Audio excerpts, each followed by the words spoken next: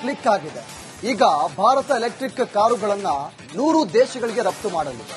ಇವೆಲ್ಲ ಹೇಗಾಯ್ತು, ಇದರ ಹಿಂದೆ ಯಾರಿದ್ದಾರೆ? ಇಲ್ಲಿದೆ ಒಂದು ಇಂಟ್ರೆಸ್ಟಿಂಗ್ ರಿಪೋರ್ಟ್.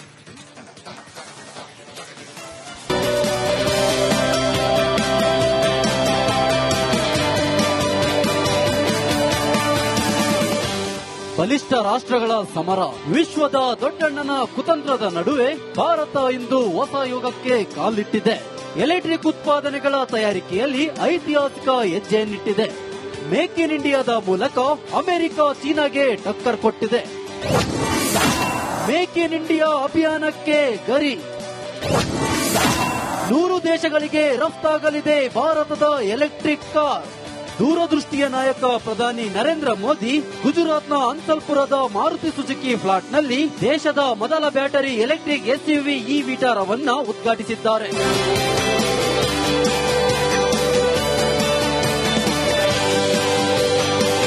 ಅಷ್ಟೇ ಅಲ್ಲದೆ ಮಾರುತಿಯ ಹೊಸ ಎಲೆಕ್ಟ್ರಿಕ್ ವಾಹನ ಘಟಕವನ್ನು ಕೂಡ ಪ್ರಾರಂಭಿಸಲಾಗಿದೆ. ಈ ಮೂಲಕ ಎಲೆಕ್ಟ್ರಿಕ್ ಕಾರಿನ ಜಮಾನದಲ್ಲಿ ಭಾರತ ಹೊಸ ಹೆಜ್ಜೆ ಇಟ್ಟಿದೆ.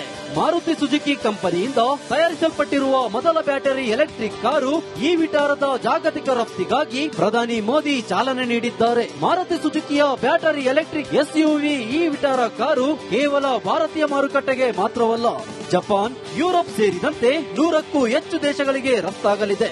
ಈ ವಿಟಾರದ ಮೊದಲ ಬ್ಯಾಚ್ ಇಂದಿನಿಂದ ಉತ್ಪಾದನಾ ಸಾಲಿನಿಂದ ಹೊರಬರಲು ಆರಂಭಿಸಿದೆ. ಇದು ಮೇಕ್ ಇನ್ ಇಂಡಿಯಾಗೆ ಹೊಸ ಮುನ್ನುಡಿ ಬರೆದಂತಾಗಿದೆ. इस फैक्ट्री में 3 जापानी कंपनियां मिलकर भारत में पहली बार सेल मैन्युफैक्चर करेगी. भारत में बैटरी सेल के इलेक्ट्रोड भी लोकल लेवल पर तैयार होंगे. ये लोकलाइजेशन भारत की आत्मनिर्भरता को नई शक्ति देगा. ಅಷ್ಟೇ ಅಲ್ಲದೆ ಇದೇ ವೇಳೆ ಪ್ರಧಾನಿ Modi TDS lithium ion battery ಸ್ಥಾವರದಲ್ಲಿ ಹೈಬ್ರಿಡ್ ಬ್ಯಾಟರಿ ಎಲೆಕ್ಟ್ರೋಡ್ಗಳ ಉತ್ಪಾದನೆಯನ್ನು ಉದ್ಘಾಟಿಸಿದ್ದಾರೆ. ಈಗ 80%ಕ್ಕಿಂತ ಹೆಚ್ಚು ಬ್ಯಾಟರಿಗಳು ಭಾರತದಲ್ಲಿಯೇ ತಯಾರಾಗಲಿದೆ. ಈ ಮೂಲಕ ಜಪಾನ್, ಚೀನಾಗೆ ನೇರ ಟಕ್ಕರ್ ಕೊಟ್ಟಂತಾಗಿದೆ. ಅಷ್ಟೇ ಅಲ್ಲದೆ ವಿದೇಶಿ ಅವಲಂಬನೆಯನ್ನು ಕಡಿಮೆಗೊಳಿಸುವಲ್ಲಿ ಭಾರತ ಪ್ರಮುಖ ಹೆಜ್ಜೆ ಇಟ್ಟಿದೆ. ಹೀಗಾಗಿ ಎಲೆಕ್ಟ್ರಿಕ್ ವಾಹನ ಉತ್ಪಾದನೆಯಲ್ಲಿ ಸ್ವಾವಲಂಬನೆಯನ್ನು ಉತ್ತೇಜಿಸಲಿದೆ. ಮಾರುತಿ ಸುಜುಕಿ ಈ ವಿಟಾರ ಕಾರು ಯುಕೆಗೆ ಮೊದಲು ರಫ್ತಾಗಲಿದೆ. ಬಳಿಕ ಯುರೋಪಿಯನ್ ರಾಷ್ಟ್ರಗಳಿಗೆ ವಿಸ್ತರಣೆಯಾಗುತ್ತದೆ. ಅನ್ಸಲ್ಪುರದಲ್ಲಿ ಬರೋಬ್ಬರಿ 21 ಕೋಟಿ ರೂಪಾಯಿಯ ಹೂಡಿಕೆ ಮಾಡಿರುವ ಮಾರುತಿ ಸುಜುಕಿ ವಾರ್ಷಿಕ 7,50,000 ಕಾರುಗಳನ್ನು ಉತ್ಪಾದಿಸುವ ಸಾಮರ್ಥ್ಯ ಹೊಂದಿದೆ. ಒಟ್ಟಾರೆ ಎಲೆಕ್ಟ್ರಿಕ್ ಕಾರು ತಯಾರಿಕೆಯಲ್ಲಿ ಭಾರತ ಹೊಸ ಹೆಜ್ಜೆ ಇಟ್ಟು ಮೇಕ್ ಇನ್ ಇಂಡಿಯಾಗೆ ಬೂಸ್ಟ್ ಕೊಟ್ಟಂತಾಗಿದೆ. News bureau, Republic Kannada. Made in India click ಆಗಿದೆ. ಈಗ ಭಾರತ ಎಲೆಕ್ಟ್ರಿಕ್ ಕಾರುಗಳನ್ನ 100 ದೇಶಗಳಿಗೆ ರಫ್ತು ಮಾಡಲಿದೆ. ಇವೆಲ್ಲ ಹೇಗಾಯ್ತು, ಇದರ ಹಿಂದೆ ಯಾರಿದ್ದಾರೆ? ಇಲ್ಲಿದೆ ಒಂದು ಇಂಟ್ರೆಸ್ಟಿಂಗ್ ರಿಪೋರ್ಟ್.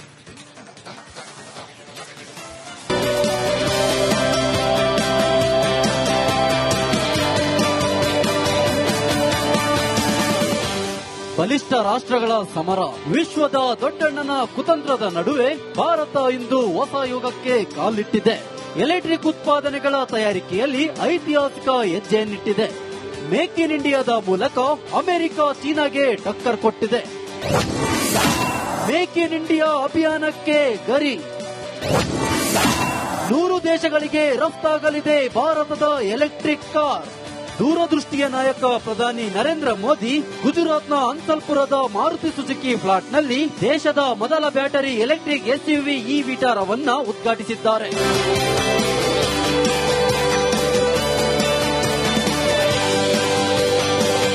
ಅಷ್ಟೇ ಅಲ್ಲದೆ ಮಾರುತಿಯ ಹೊಸ ಎಲೆಕ್ಟ್ರಿಕ್ ವಾಹನ ಘಟಕವನ್ನು ಕೂಡ ಪ್ರಾರಂಭಿಸಲಾಗಿದೆ. ಈ ಮೂಲಕ ಎಲೆಕ್ಟ್ರಿಕ್ ಕಾರಿನ ಜಮಾನದಲ್ಲಿ ಭಾರತ ಹೊಸ ಹೆಜ್ಜೆ ಇಟ್ಟಿದೆ. ಮಾರುತಿ ಸುಜುಕಿ ಕಂಪನಿಯಿಂದ ತಯಾರಿಸಲ್ಪಟ್ಟಿರುವ ಮೊದಲ ಬ್ಯಾಟರಿ ಎಲೆಕ್ಟ್ರಿಕ್ ಕಾರು ಈ ವಿಟಾರದ ಜಾಗತಿಕ ರಫ್ತಿಗಾಗಿ ಪ್ರಧಾನಿ ಮೋದಿ ಚಾಲನೆ ನೀಡಿದ್ದಾರೆ. ಮಾರುತಿ ಸುಜುಕಿಯ ಬ್ಯಾಟರಿ ಎಲೆಕ್ಟ್ರಿಕ್ ಎಸ್ಯುವಿ ಈ ವಿಟಾರ ಕಾರು ಕೇವಲ ಭಾರತೀಯ ಮಾರುಕಟ್ಟೆಗೆ ಮಾತ್ರವಲ್ಲ, ಜಪಾನ್, ಯುರೋಪ್ ಸೇರಿದಂತೆ 100ಕ್ಕೂ ಹೆಚ್ಚು ದೇಶಗಳಿಗೆ ರಫ್ತಾಗಲಿದೆ. ಈ ವಿಟಾರದ ಮೊದಲ ಬ್ಯಾಚ್ ಇಂದಿನಿಂದ ಉತ್ಪಾದನಾ ಸಾಲಿನಿಂದ ಹೊರಬರಲು ಆರಂಭಿಸಿದೆ. ಇದು ಮೇಕ್ ಇನ್ ಇಂಡಿಯಾಗೆ ಹೊಸ ಮುನ್ನುಡಿ ಬರೆದಂತಾಗಿದೆ. इस फैक्ट्री में 3 जापानी कंपनियां मिलकर भारत में पहली बार सेल मैन्युफैक्चर करेगी। भारत में बैटरी सेल के इलेक्ट्रोड भी लोकल लेवल पर तैयार होंगे। ये लोकलाइजेशन भारत की आत्मनिर्भरता को नई शक्ति देगा। ಅಷ್ಟೇ ಅಲ್ಲದೆ ಇದೇ ವೇಳೆ ಪ್ರಧಾನಿ Modi TDS lithium ion battery ಸ್ಥಾವರದಲ್ಲಿ ಹೈಬ್ರಿಡ್ ಬ್ಯಾಟರಿ ಎಲೆಕ್ಟ್ರೋಡ್ಗಳ ಉತ್ಪಾದನೆಯನ್ನು ಉದ್ಘಾಟಿಸಿದ್ದಾರೆ. ಈಗ 80%ಕ್ಕಿಂತ ಹೆಚ್ಚು ಬ್ಯಾಟರಿಗಳು ಭಾರತದಲ್ಲಿಯೇ ತಯಾರಾಗಲಿದೆ. ಈ ಮೂಲಕ ಜಪಾನ್ ಚೀನಾಗೆ ನೇರ ಟಕ್ಕರ್ ಕೊಟ್ಟಂತಾಗಿದೆ.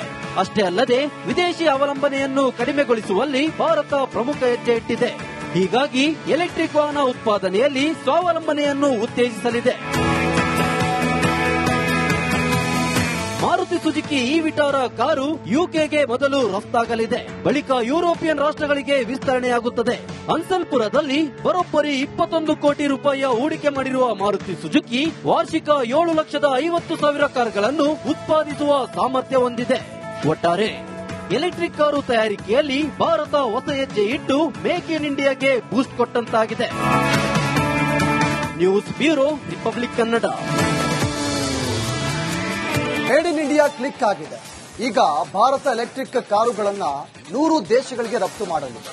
ಇವೆಲ್ಲ ಹೇಗಾಯ್ತು, ಇದರ ಹಿಂದೆ ಯಾರಿದ್ದಾರೆ? ಇಲ್ಲಿದೆ ಒಂದು ಇಂಟ್ರೆಸ್ಟಿಂಗ್ ರಿಪೋರ್ಟ್.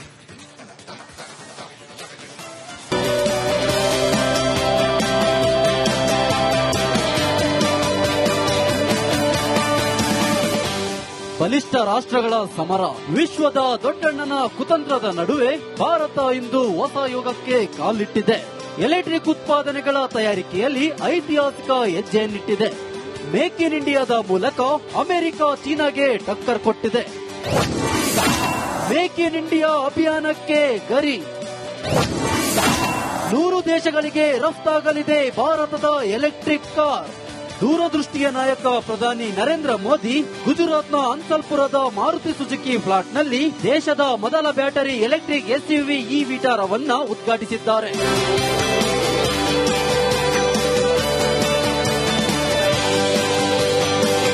ಅಷ್ಟೇ ಅಲ್ಲದೆ ಮಾರುತಿಯ ಹೊಸ ಎಲೆಕ್ಟ್ರಿಕ್ ವಾಹನ ಘಟಕವನ್ನು ಕೂಡ ಪ್ರಾರಂಭಿಸಲಾಗಿದೆ.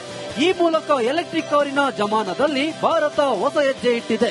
ಮಾರುತಿ ಸುಜುಕಿ ಕಂಪನಿಯಿಂದ ತಯಾರಿಸಲ್ಪಟ್ಟಿರುವ ಮೊದಲ ಬ್ಯಾಟರಿ ಎಲೆಕ್ಟ್ರಿಕ್ ಕಾರು ಈ ವಿಟಾರದ ಜಾಗತಿಕ ರಫ್ತಿಗಾಗಿ ಪ್ರಧಾನಿ ಮೋದಿ ಚಾಲನೆ ನೀಡಿದ್ದಾರೆ. ಮಾರುತಿ ಸುಜುಕಿಯ ಬ್ಯಾಟರಿ ಎಲೆಕ್ಟ್ರಿಕ್ ಎಸ್ಯುವಿ ಈ ವಿಟಾರ ಕಾರು ಕೇವಲ ಭಾರತೀಯ ಮಾರುಕಟ್ಟೆಗೆ ಮಾತ್ರವಲ್ಲ, ಜಪಾನ್, ಯುರೋಪ್ ಸೇರಿದಂತೆ 100ಕ್ಕೂ ಹೆಚ್ಚು ದೇಶಗಳಿಗೆ ರಫ್ತಾಗಲಿದೆ.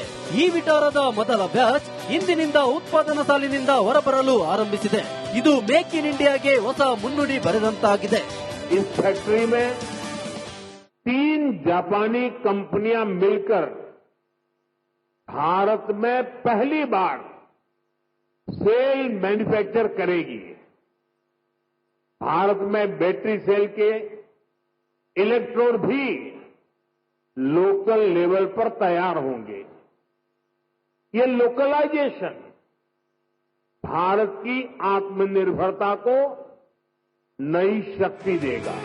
ಅಷ್ಟೇ ಅಲ್ಲದೆ ಇದೇ ವೇಳೆ ಪ್ರಧಾನಿ Modi TDS lithium ion battery ಸ್ಥಾವರದಲ್ಲಿ ಹೈಬ್ರಿಡ್ ಬ್ಯಾಟರಿ ಎಲೆಕ್ಟ್ರೋಡ್ಗಳ ಉತ್ಪಾದನೆಯನ್ನು ಉದ್ಘಾಟಿಸಿದ್ದಾರೆ. ಈಗ 80%ಕ್ಕಿಂತ ಹೆಚ್ಚು ಬ್ಯಾಟರಿಗಳು ಭಾರತದಲ್ಲಿಯೇ ತಯಾರಾಗಲಿದೆ. ಈ ಮೂಲಕ ಜಪಾನ್ ಚೀನಾಗೆ ನೇರ ಟಕ್ಕರ್ ಕೊಟ್ಟಂತಾಗಿದೆ. ಅಷ್ಟೇ ಅಲ್ಲದೆ ವಿದೇಶಿ ಅವಲಂಬನೆಯನ್ನು ಕಡಿಮೆಗೊಳಿಸುವಲ್ಲಿ ಭಾರತ ಪ್ರಮುಖ ಹೆಜ್ಜೆ ಇಟ್ಟಿದೆ. ಹೀಗಾಗಿ ಎಲೆಕ್ಟ್ರಿಕ್ ವಾಹನ ಉತ್ಪಾದನೆಯಲ್ಲಿ ಸ್ವಾವಲಂಬನೆಯನ್ನು ಉತ್ತೇಜಿಸಲಿದೆ. ಮಾರುತಿ ಸುಜುಕಿ ಈ ವಿಟಾರ ಕಾರು ಯುಕೆಗೆ ಮೊದಲು ರಫ್ತಾಗಲಿದೆ. ಬಳಿಕ ಯುರೋಪಿಯನ್ ರಾಷ್ಟ್ರಗಳಿಗೆ ವಿಸ್ತರಣೆಯಾಗುತ್ತದೆ. ಅನ್ಸಲ್ಪುರದಲ್ಲಿ ಬರೋಬ್ಬರಿ 21 ಕೋಟಿ ರೂಪಾಯಿಯ ಹೂಡಿಕೆ ಮಾಡಿರುವ ಮಾರುತಿ ಸುಜುಕಿ ವಾರ್ಷಿಕ 7,50,000 ಕಾರುಗಳನ್ನು ಉತ್ಪಾದಿಸುವ ಸಾಮರ್ಥ್ಯ ಹೊಂದಿದೆ. ಒಟ್ಟಾರೆ ಎಲೆಕ್ಟ್ರಿಕ್ ಕಾರು ತಯಾರಿಕೆಯಲ್ಲಿ ಭಾರತ ಹೊಸ ಹೆಜ್ಜೆ ಇಟ್ಟು ಮೇಕ್ ಇನ್ ಇಂಡಿಯಾಗೆ ಬೂಸ್ಟ್ ಕೊಟ್ಟಂತಾಗಿದೆ. News bureau, Republic Kannada.